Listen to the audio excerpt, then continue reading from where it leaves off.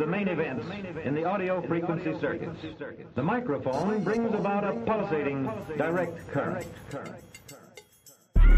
The transformer changes this to an alternating current. Vacuum tubes amplify this alternating current, which then goes to the modulator.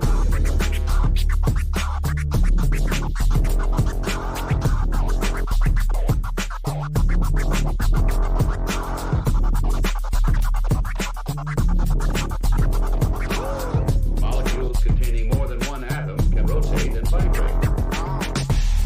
Sometimes vibration is simple in form. We can see that each vibrational mode has a different frequency, and all of the patterns of vibration may be different. Each of the vibrations is a simple harmonic motion. The same peaked wave triggers a pulse-forming circuit, which creates a new waveform, pulses with flat tops. Notice that throughout these changes, the exact subdivisions of our second in time have not been lost. We still have precisely the same number of positive peaks per second.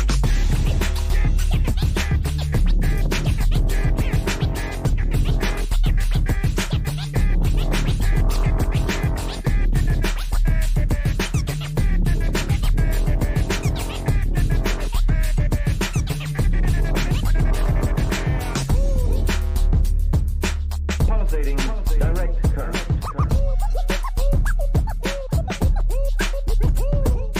Pulsating direct current.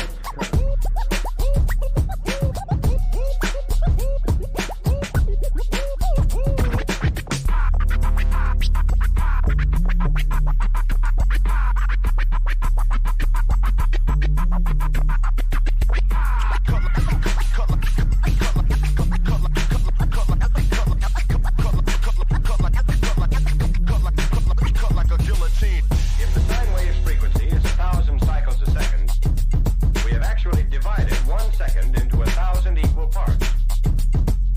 But in this sine wave, it's impossible to tell where each thousandth of a second begins and ends. That's why it's changed into this, a peaked wave,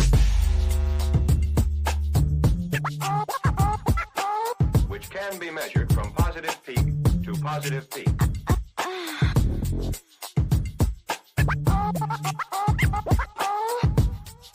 The microphone brings about a pulsating direct current.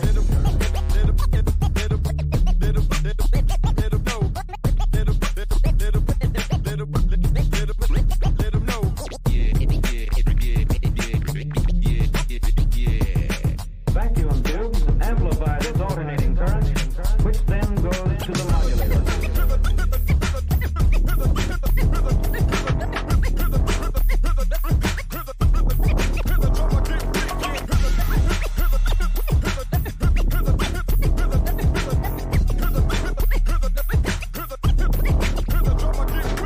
The number of times a given molecule moves back and forth in 1 second is the frequency of the wave.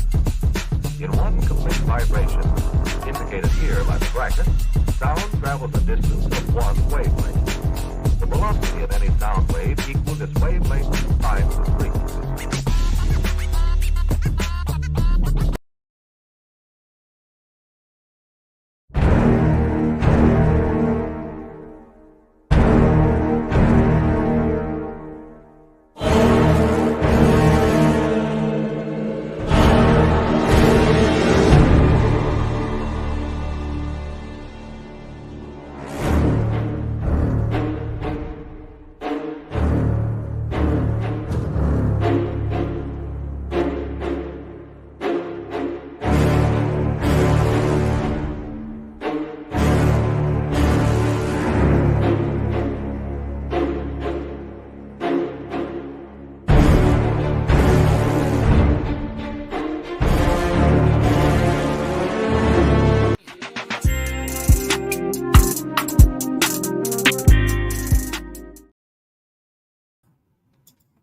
All right, guys, thank you for joining us on a Wednesday evening for a review of sorts and to tell you more about the Night of Cold Hunger.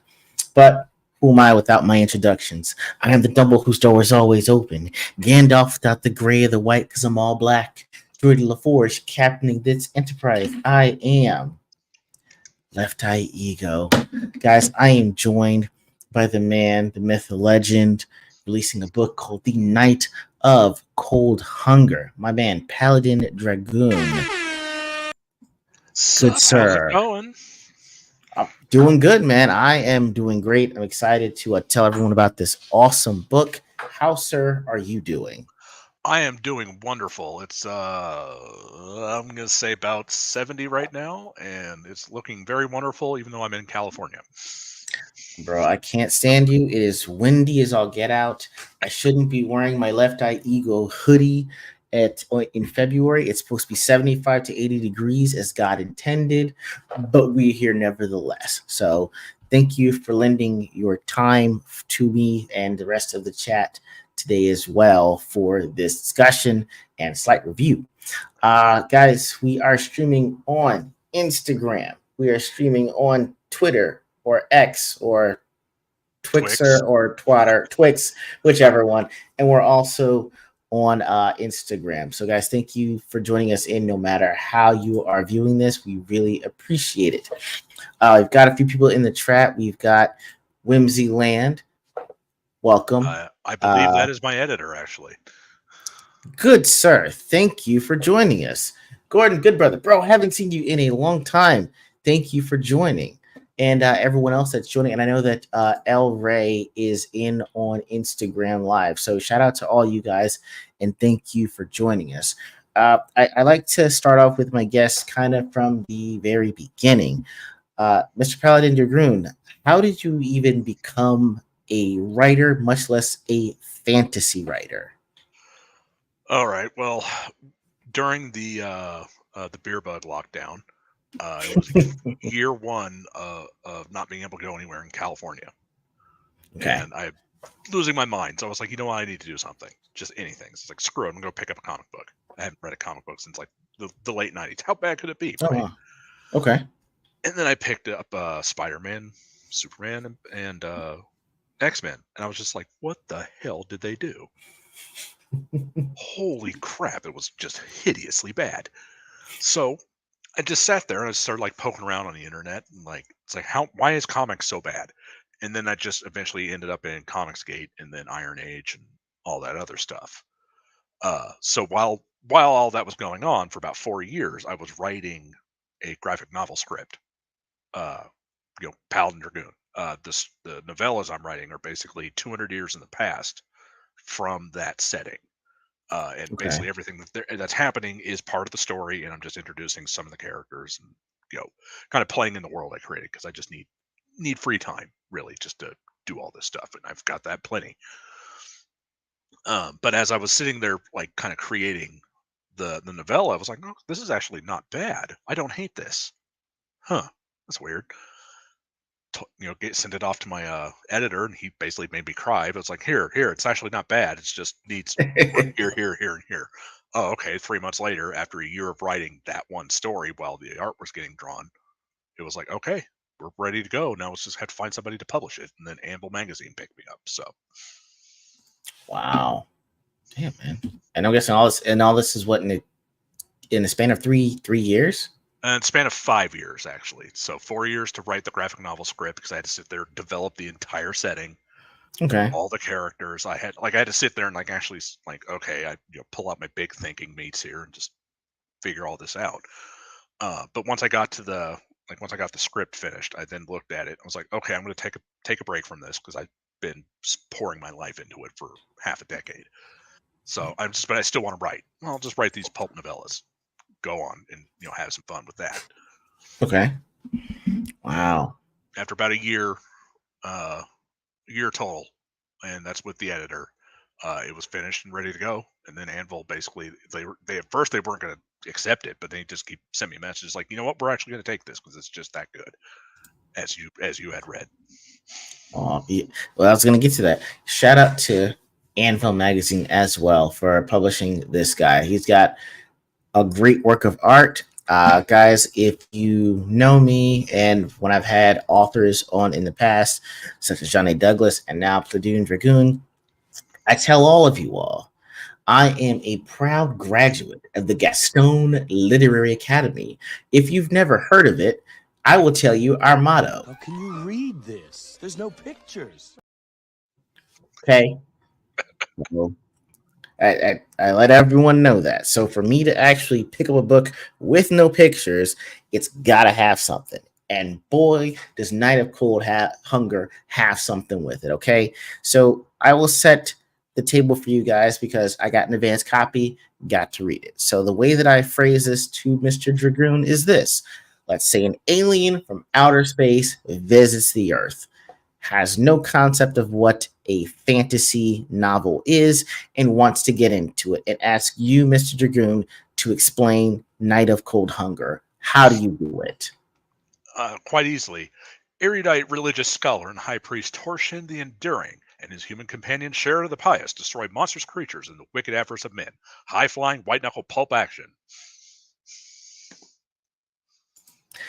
Damn, that was actually really good. So I was not expecting it to be that on fire, and I actually believe it deserves one of this. If an alien could, he'd probably say this after he heard that. Yee. It deserves it.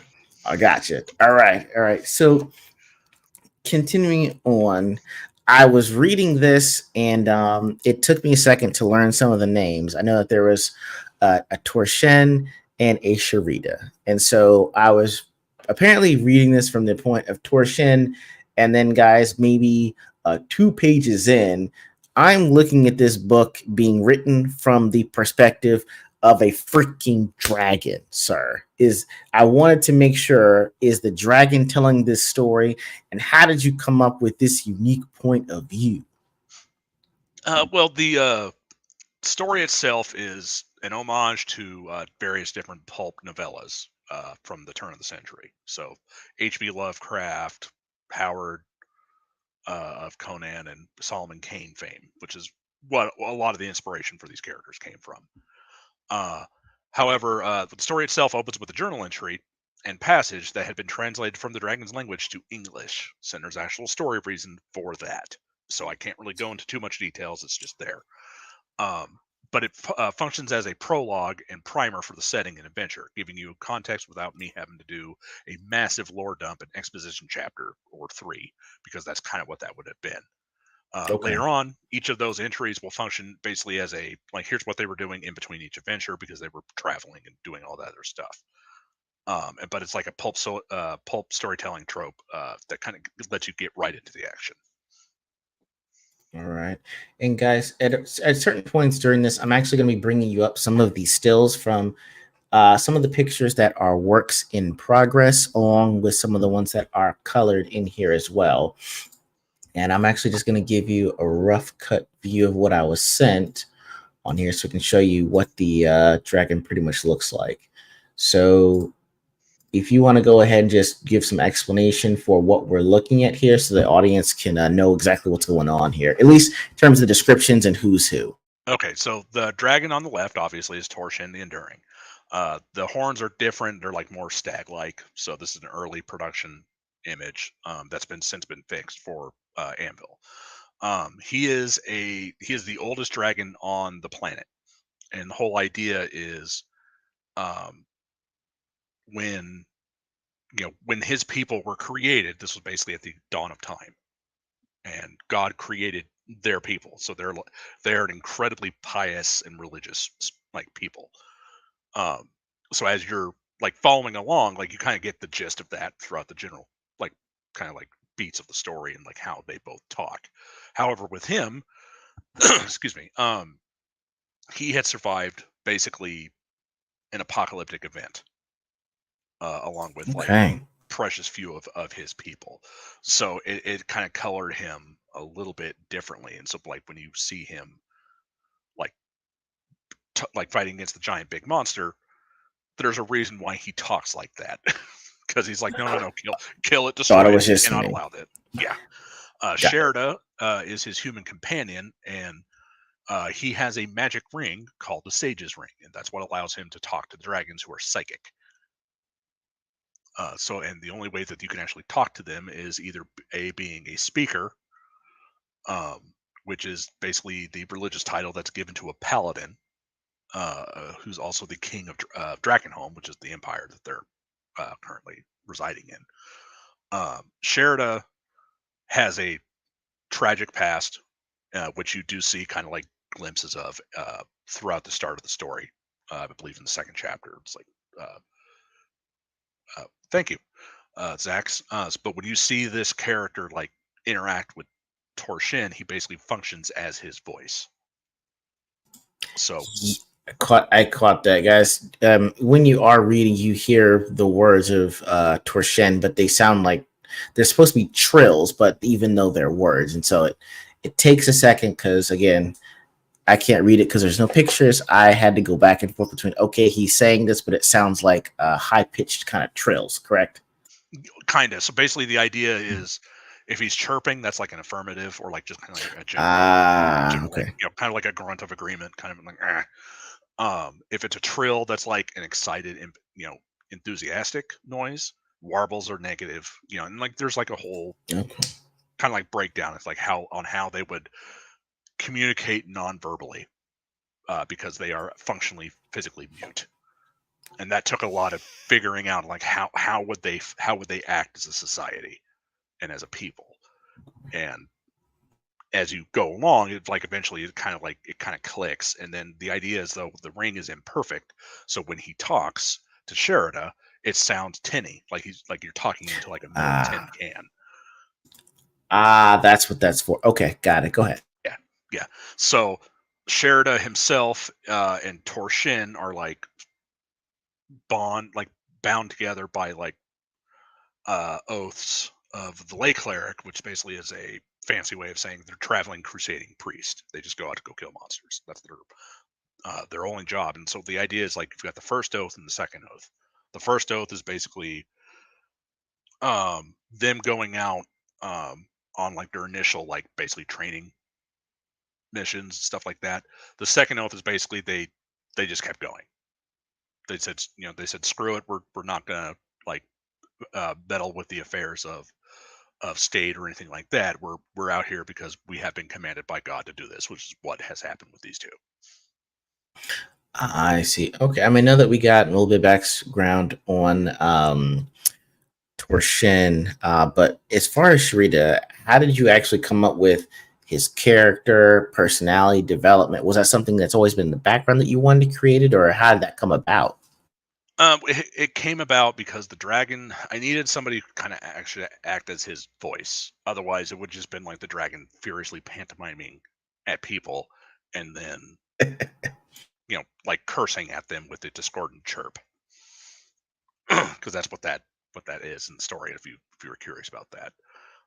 However, the idea was this is a linking story that connects to the graphic novel, so I'm basically setting up everything for the graphic novel and kind of giving everybody contextual information as to like what this world is like and why they're like this. I see. Well, speaking of world, I had the damnedest time trying to figure out when and where this story was taking place. Like I said, I don't necessarily watch a lot of fantasy, and I'm like, doesn't sound like it's Middle Earth, but it sounds like it's Middle Earth because there might be dwarves. But could you tell us where and when this story supposedly takes place? Okay, so the planet is called Galea, and it's a homage to my mother's middle name.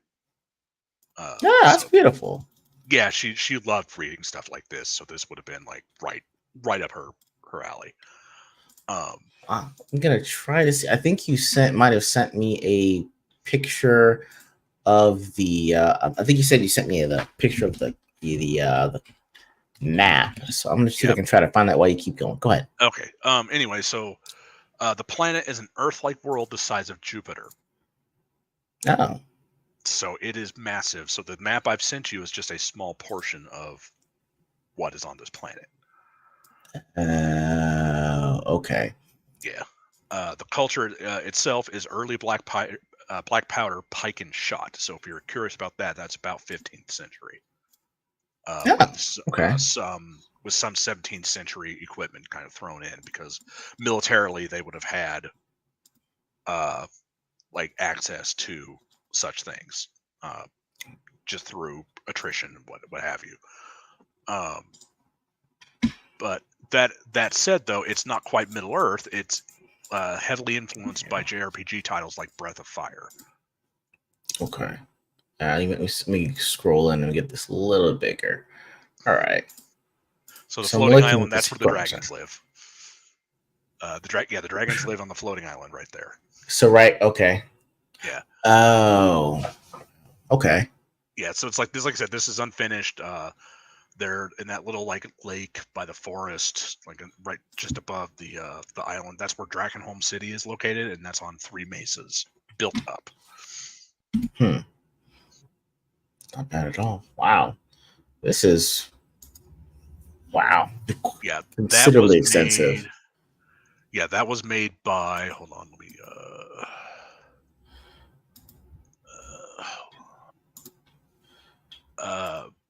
Foreign Worlds Cartography. Oh, you actually had. Oh, wow. So someone actually wound up making a whole a whole map based on this. Yeah, they do professional. Wow. They do professional maps and stuff for like RPGs and what have you. Razor Fist hired them to make his Night Vale city map, and yeah. So I was like, oh no, if that was like good quality, and then like as you can see here, he's pretty good. So I was like, okay, I'm happy with that. That's awesome. Wow. So how long did it take them to actually come up with a completely different map? Or a completely new map for this? Oh, well, basically I had a rough idea because I've got a Dungeons and Dragons like map making program. So I just sat there and just throw something random on there, just kind of tweak it a little bit, and then okay, give me something like this, but make it make sense. Okay, that's beautiful, man. That is wow. Yeah, and so this I is didn't still even know unfinished. people did that. Oh yeah, it's unfinished. Yeah, you have more of this going on. Yeah, because he still has to add the cities, and each of the cities have to be like custom made for like because each one's like by different people and like a different culture and a different religion. So it's like you got stuff to play with on that. So what I'm looking at basically is the uninhabited, or this is the land without any people, no structures, no temples, no castles, no nothing. Kind of. If you zoom in on the island, you can see like little, some little buildings there. But those are just placeholders. That's just placeholders for like temporary. Like, hey, there's a settlement here, and so that was the last picture. That was the last update I had got before he had went back to work on it. So wow. I'm letting y'all know, guys, we are getting all of the good stuff before this campaign goes live. We got to appreciate what this man is allowing us to see up close and personal before the campaign even goes live on this. So now we know where the story's takes place. I did notice, especially between Torshan and Shrita, there are a lot of religious elements. There's religious effigies that are burned. We've got prayers that have been saying straight up curses that are being strewn about. Not like "F you, be this." Just I mean like "I damn you to hell." Go back to I don't know if it's hell. Go back to the hell blasted maw you crawled out of kind of. Or hell. We're sending it back. We're going to Helgal. I mean, as far as what I saw, what role did faith play, generally speaking or personally speaking, in the making of Night of Cold Hunger? Well, in essence, what it is this is an homage to Robert E. Howard's Solomon Kane and Conan. I just kind of I took those two characters, but I made them both priest. And the idea was, I needed them both to fit the role of puritanical priest, and in order to make that stick, they not only had to look the part, but sound like 15th century fantasy priest. So Torshan in particular who is a high priest of God. So like when I started writing him, I just looked to the Bible for reference and inspiration. So if you look at what he's saying, I'm actually saying like physical lines from the Bible. It's just I'm not just saying like what Matthew or Joshua. I'm not saying like that. I'm actually just saying the text that is actually in there. And the idea is he's supposed to sound like an old West Baptist fire and brimstone preacher. Ah, that's a good one because he breathes fire. Okay, Exactly. well Exactly. put. Well done. Well done. Hold on, I'm sorry. You have to when you get it well done, you got to get an air horn on that one. That was smart. Okay, I didn't know what his. I guess the thing I was gonna ask you also, and because I know that you showed me some of like the voiceovers of people that were trying to describe the book, but in your mind Sharita and Torshin are supposed to sound like who to you? I know Solomon Kane and Conan, but if you could pick an actor, past or present, who you want them to sound like, who would they be? Oh, that's actually very easy. Real, go ahead. Their voice actor is hold on, the voice of Midnight. Mm. Him, and I know he's actually on Twitter as well. Let me try to see if I can find him. Voice of Midnight. I got it. You got it. Thank you, sir. Yeah, there his link. Oh wait, hold on. I don't have a wrench. There you go. Gotcha. All right, I'm going to bring it up and put it on here, guys. I'm going to put his. I guess I'll put his link here in the live chat. And if you want to hear what he would sound like as both these characters, there's a video of him reading the passage for the next story. Hell yeah, I'll put that in there. So if you want to play that real quick, go for it. And yeah, see what I got here. So I'm going to send that here to him. And if I can bring this up, I'm going to find his voiceover. Yeah, it's about a minute and a half, guys. Just if you give us a second, I'm going to pull that up.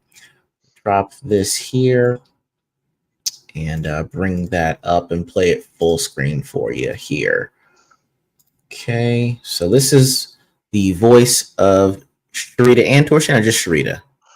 Both Sharita and Torshin. The idea is if he was talking as Torshin, he would have a tin can or like coffee can in front of his mouth while he was talking. Got it. Let me know when you want to cut it out because I know it's 1 minute and 38 seconds on here, but this is what the voice. Okay, great. I love it. So this is supposed to be the voice by Midnight. Here we go. Voice of Midnight commentary. Here we go. All right. This is Midnight Man going to narrate a portion of the book. Can't remember what the book's called, but I can read you the description. Erdurite high priest and religious scholar Torshin, along with his human companion Sharita, slay evil monsters in a dark sword and sorcery horror setting. White knuckle pulp action coming soon to Anvil magazine. And here is I want to say a scripture. Here's a piece of it. I rejoice, brother Sharita. I rejoice, brother Sharita. For the Lord has blessed us, his divine wisdom again. The Drake Elder warbled, a stunned look of amazement upon his feathered face. Crouching low, the dragon tensed up before making a mighty leap into the sky. Pumping his arms hard to gain elevation, Torshin chirped musically while turning northwards. Sharita drew the sign of the triangle over his heart, grasping his holy tome which hung from his hip while swaying in religious rapture. We are indeed blessed, for God has shown us the way, the large priest eventually commented with dreamlike zeal. God wills us north. Let it be done. The elder Drake musically trilled in zealous agreement, pumping his wings harder to gain altitude. For more, follow me at VOM Commentary on Twitter. He did a good job. Yeah, like it was cold reading there, but yeah, it was great. I loved it. That's close to almost Kevin Grievous right there. He did a really good job with that. Yeah, I will have to give it to him. He's going to be the voice of Sheridan Torshin, and then I've got Ivy. Make sure I got her name right. She is going to be the voice of Lita. Autumn Ivy, and she is the voice of Lita. Which is Autumn, you got Autumn Ivy? Yeah, I got her to do the voice as well. Wow, that is awesome, dude. Yeah. That So guys, for those that don't know, Autumn Ivy is a weightlifter model, I guess, and I didn't even know she did voiceover. So I mean, that's incredibly great. You got her for that. I mean, goodness gracious, that sir, you're doing a great job with getting the right voices on this, man. oh yeah, well, because the idea is he is or she's gonna be playing as Torshin's daughter or granddaughter, Lita. So this is like 200 years before like she gets old enough, and she's gonna be one of the main characters in the graphic novel series. Nice, dude. I like Yeah. the way I like how this is projecting. This is how did you keep all of this in your head to just say this is the long game, but I'm gonna make it into these novellas? Like, how do you even keep that? How do you even keep that together? Yeah. How do you even do that? Basically, you sit there and you plot out everything. So for that year of writing, in between as I was writing everything, whenever I had a moment of inspiration, write it down. Just don't stop. Every time you have like a new idea, like, oh hey, I should do this, write it down.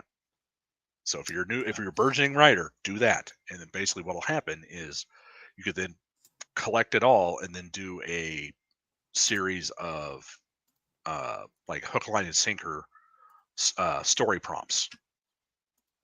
Yeah, there's Autumn Yeah. Ivy. So I didn't mean to take away your train of thought, but yes, this is she's on Facebook, Twitter, Instagram, and I'll see if I can find her.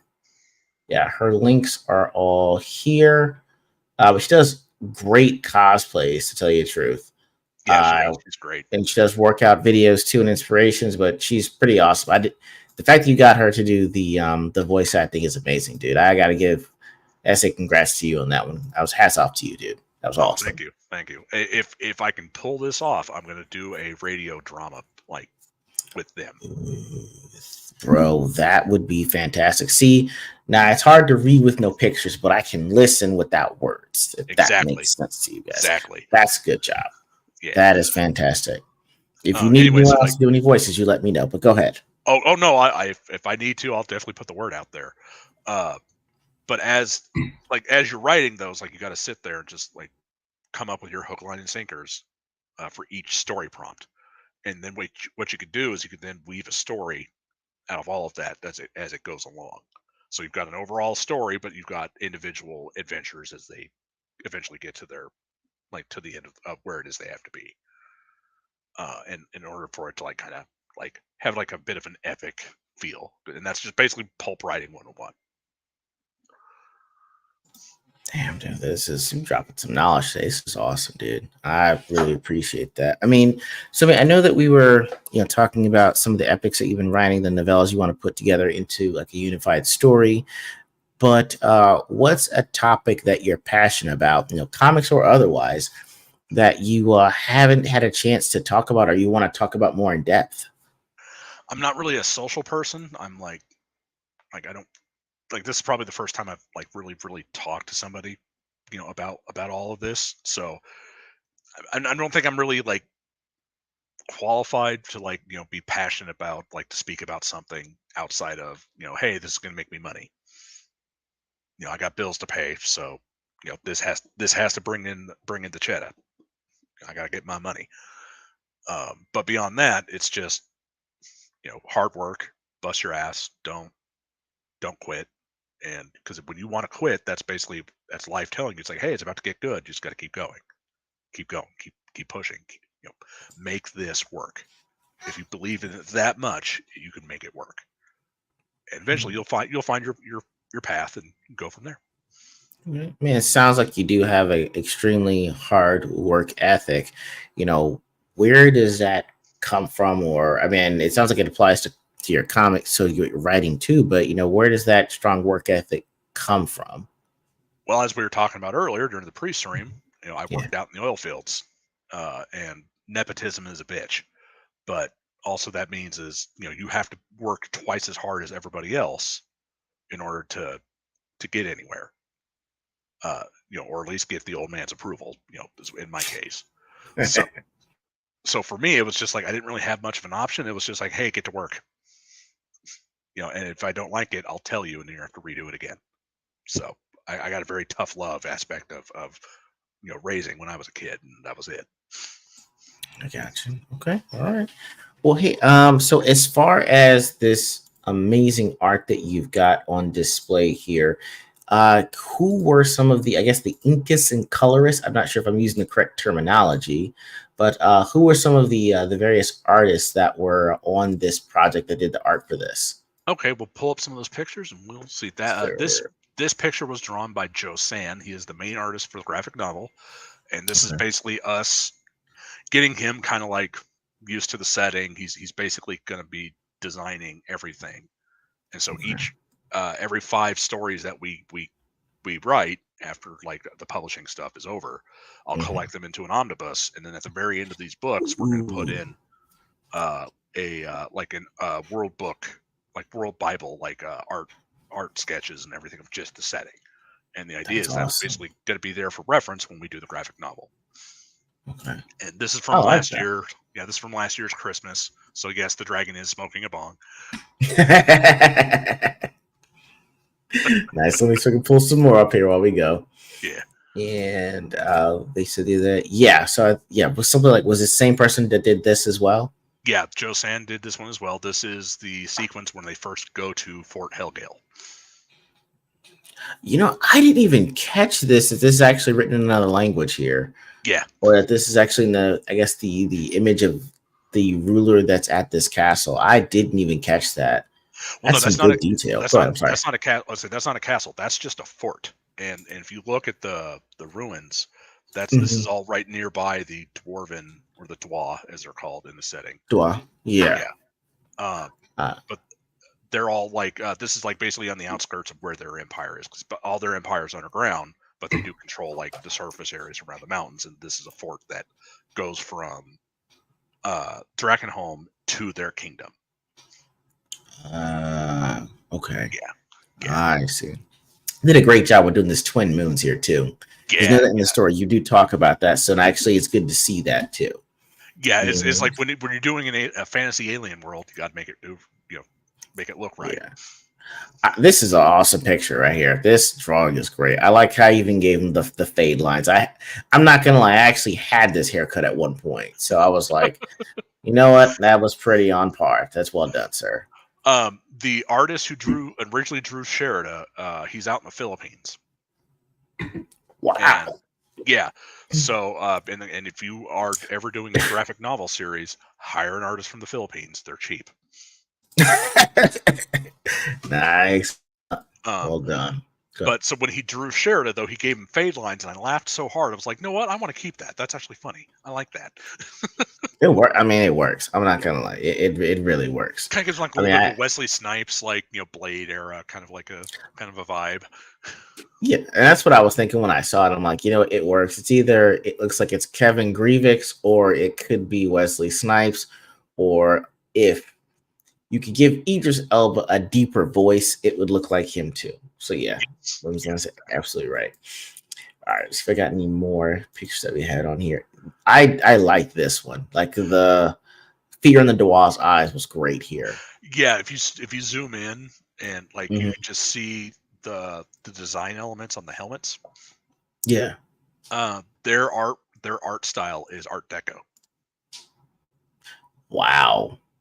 So That's if you look at the helmets, they're all Art Deco angled lines. Interesting. Yeah. That's pretty cool. I like that. I like that a lot, man. Let me see if I got any more here that we can show. This is the one you showed me a few of these. I did not understand that you gave the dragon a lance. Yeah, so And that is awesome. Go ahead. I'm sorry. That's a nod to Dragonlance, because I love that series growing up. I thought it was the best thing ever. But in order for him to have the vibe of a crusading Templar, it's like, okay, well, like the idea is like he would joust. True. So he carries that lance, and the idea is that he'd twist it and it can extend. with his feet, and then when he lands, he can use it. And when he has it in his hands, he's actually using it like a rapier, like he's fencing. I like that. I mean, that's actually great. I mean, if he didn't have enough long range weaponry with the fire breathing, he's going to throw a lance at you, and if he misses, you're getting crispified. Like yeah, pretty much. And this was actually so, guys. Not to spoil the story at all, but there is a creature that inhabits this area. And it actually turns into this monstrosity. And I just love the detail that you guys gave this monster, especially with these horns and this jackal-like skull with somewhat of a humanoid torso and these ridiculously long claws. Sir, how did this design come about? Well, have you ever seen a what do you call it? I'm sorry, I'm having a brain fart. What do you call it? That's fine. It's from cannibalism in Native American lore. Wendigo. Yeah. It is a Wendigo, but without me calling it a Wendigo. Oh man, it's an awesome illustration. Guys, Dragoon goes into considerable detail into explaining how these creatures transform, and it is graphic. It is a horror story. I purposely set out to make a scary story because I like existential dread. So I was like, okay, what's the most terrifying thing I could think of? That. Yeah, okay, I'm not gonna lie, guys. Maybe I was a punk, but in reading how these things transformed, I might have slept with a nightlight on. Just let me know. Maybe that's just me. Just don't read this at night is all I'm saying, because it was very descriptive and worth the illustration that we're seeing now. This right here. Oh my god, this melting flesh right here is what did it to me. Yes. Yeah. Because it's like body horror, but frightening. Yes, considerably frightening. I like the that you have, even though Sharita carries a steel and stone maul, which is like a huge hammer, he's not afraid to chunk a potion. Okay. Or I'm trying to figure if there's a potion or if that was flammable. It was flammable. That was basically it blessed the lantern oil. That's what it was. Yeah. And so when he eats it, it basically turns into like a holy hand grenade, and he just throws it at the demons, and then Torshin breathes fire on it, and it just detonates. That's what we need right there, a holy hand grenade. And I do like, guys, that in this book, I know that most of us would know the sign of the cross. However, in this book, Dragoon does something different. He actually has them make the sign of the triangle as, I guess, the religious amen in this book. And I actually really like the fact that you did that, so it winds up being its own thing. So where'd you come up with the triangle at all to begin with? That's basically the Father, the Son, and the Holy Spirit. My man with the simple answers. I like that this is all simple, backed up by something, and there's actually thought that went into it, sir. Well played. Hey, I wrote on this for a year. I made sure I did pretty good because I knew people were going to pick it apart. So it's like, all right, here, go read this. Tell me what you think. See, you know me as a member of the Literary Gasonic Society. We're like, hey, look, what is all this going on here? So thank you for helping out us Gastones. So I guess that all this happened essentially for you within a 5-year period. But if you could go back and tell a younger version of yourself, doesn't matter if it was yesterday, 10 years ago, or 20 years ago, what advice or what encouragement or statement would you make to your younger self? Don't sweat the details and live your life. It does get better. Sir, you with the short and succinct and specific answers. I appreciate you. If you keep hitting, going back, bring up the unfinished art, and that's a different artist. Which just tell me when to stop here. Have it. If I don't have it here, I'll bring it up. There's another one you sent me. Let me see if I can find the other one that you brought up. It is the one with him holding the pipe, correct? Yes. Let me download that, and then I will drop it into the file box. 1 second, guys. 9.3. And bring it over. And gonna go back this way. There we go. Yeah. That's by the artist Lolo's Art. And let me get his link for you. Sure. Go right ahead. He basically is going to be my secondary cover artist. Okay. And there you go in private chat. Sir, I'll bring this up. And then the other artist who like the Bane cover artist who I hired is Rob Willis. I don't know if you know who he is. I don't know who that is. Okay. Gonna put his link in the chat there as well. But yeah, Lolo's Art is awesome. If you guys want a wonderful like picture book, I guess is a good way to put it. He has this book called In Search of Sasha, and highly recommend picking that up. And I shared Rob Willis's link too. He is a major artist. Okay. Dropping everyone's links in here. Yeah. Give him a follow. He's a great guy. I'm following everyone who you putting me on to here. I'm gonna drop his. Oh wow, that is some considerable art. Yeah, so he's drawing me the first cover for Paladin Dragoon, and then I'm going to hire him to do one for these two. Okay. But Lolo's Art is the guy who did the artwork that's currently up here right now, and he's in the process of finishing it. Okay. All right. Drop the additional art for Willis Who. That is there as well. And you got some really, really good artists on this. This is fantastic work, and it's very descriptive and detailed. I cannot say enough the attention to detail that was done on this. It's fantastic. Thank you. It took a lot of trial and error to like kind of shake out the artists who like weren't really into it. But like the ones who stuck around and like actually, it's like, no, here's your work, and it's like, I want more money. It's like, oh yeah, well I want more art. Here you go. And that's kind of how it went. But like a lot of like dealing with artists is kind of like herding cats. Okay. That are depressive. So it's like I love my artist friends. I love all my artists, but for some of them, it's just like, hey man, y'all got some problems. Go get some help. Go get some help.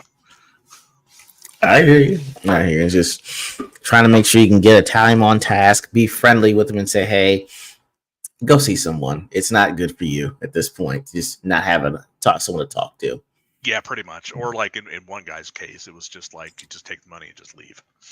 So. Wow, really?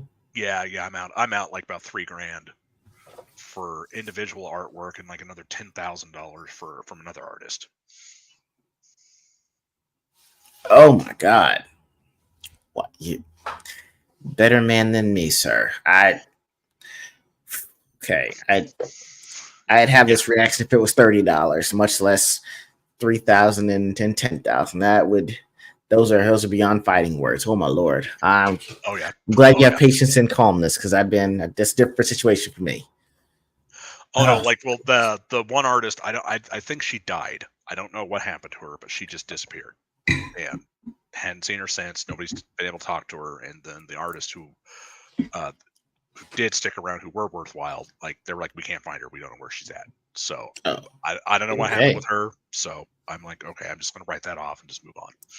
Okay, all right. Joe San has been wonderful, and I cannot sing my praises on that man. anymore, otherwise it sounds gay. But You do you. You do you. yeah, no, he's a great artist. He's wonderful and he's fast. Like Gotcha. like no joke. Like it took us a year to get all the artwork done because it was like I had to pay for it out of pocket. So it's just like, all right, here, get these next 3 pictures done. Get these next 3 pictures done. And while he was doing all that, I was editing because why not? Okay. And it actually worked out pretty good. Okay. Well, shout out to him because he's doing amazing work. We cannot wait to see this. Excuse me, when the campaign starts and it goes live. As far as for me, guys, I will tell you as far as what I thought about the story. I like being, walked through a story. Hey, here's a journal entry. Here's chapter 1. Here's the setting. Sherida said this. Torsen said that. I did like the fact that a majority, if not almost all of this story was like that. It would tell me who said what. It was very descriptive in the environment in which they were in, letting them know that, hey, these people know who we are. They're friendly. This person doesn't. This is their personality. They're saying this and they're saying it kind of confidently, but beneath that, their voice has a bit of trepidation in it. So I did like the fact that the book was very descriptive in that regard. I really did like Torsen. It was kind of like, to me, listening to Liam Neeson if he were a dragon and converted to Christianity, if that makes sense. If Optimus Prime were a dragon, he would sound like Liam Neeson and Torsen to me.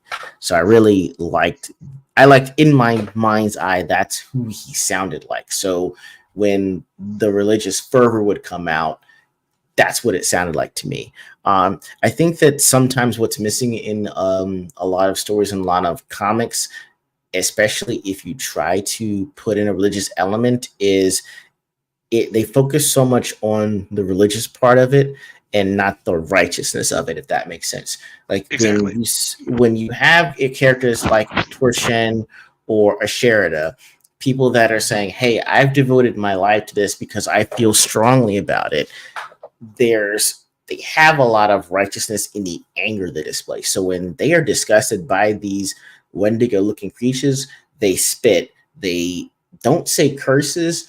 They say a damnation prayer curse on the being descended back to hell. And so I think that a lot of stories don't really capture the righteous anger that's available in their characters because they have a divine mission. Too many stories that I see are based on, I do this for the crown, I do this for me, or if I do this for a higher calling, I do it by the set of rules and chastity.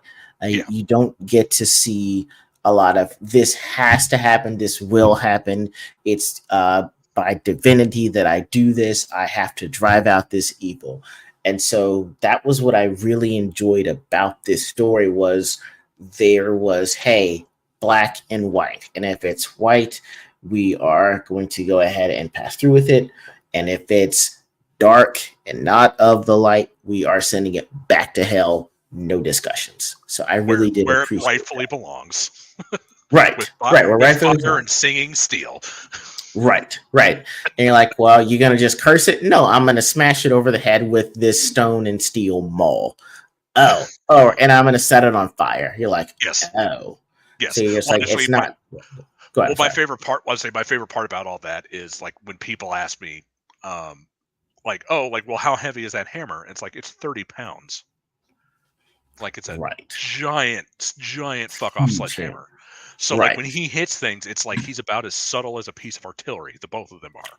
So it was like when I did that, I was like, oh no, when they show up, they know, everybody knows things are about to go fucking sideways for everything.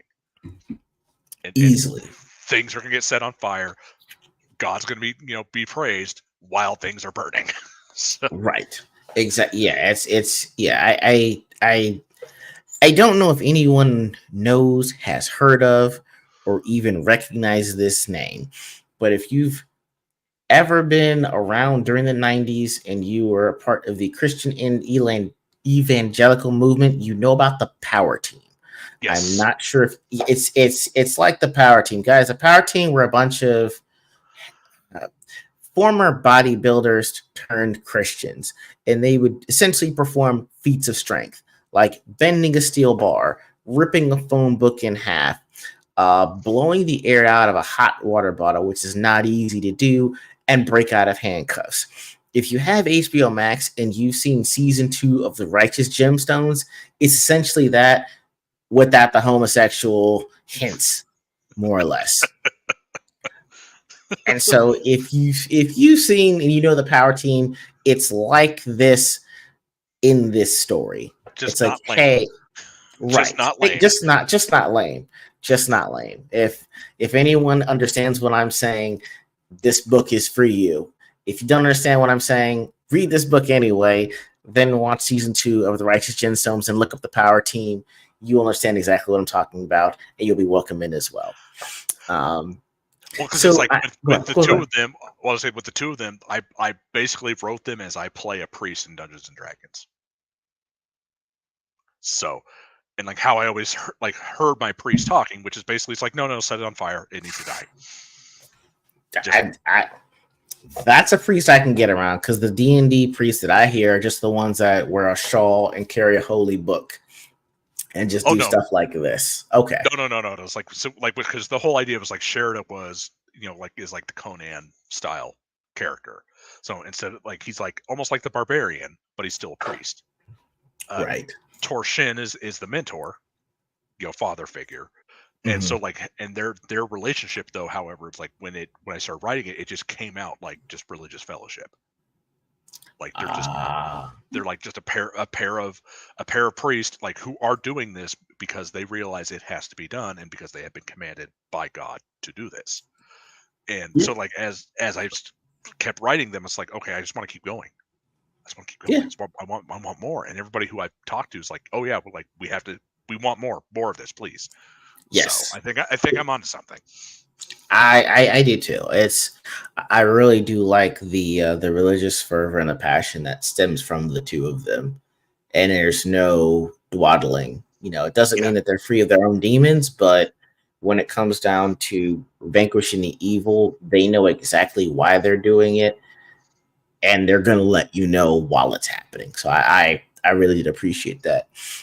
So I know that you said the campaign may not necessarily be live yet, but where can we be on the lookout for the Night of Cold Hunger? If you go to Twitter, let me get the link for you. Mm-hmm. Go ahead.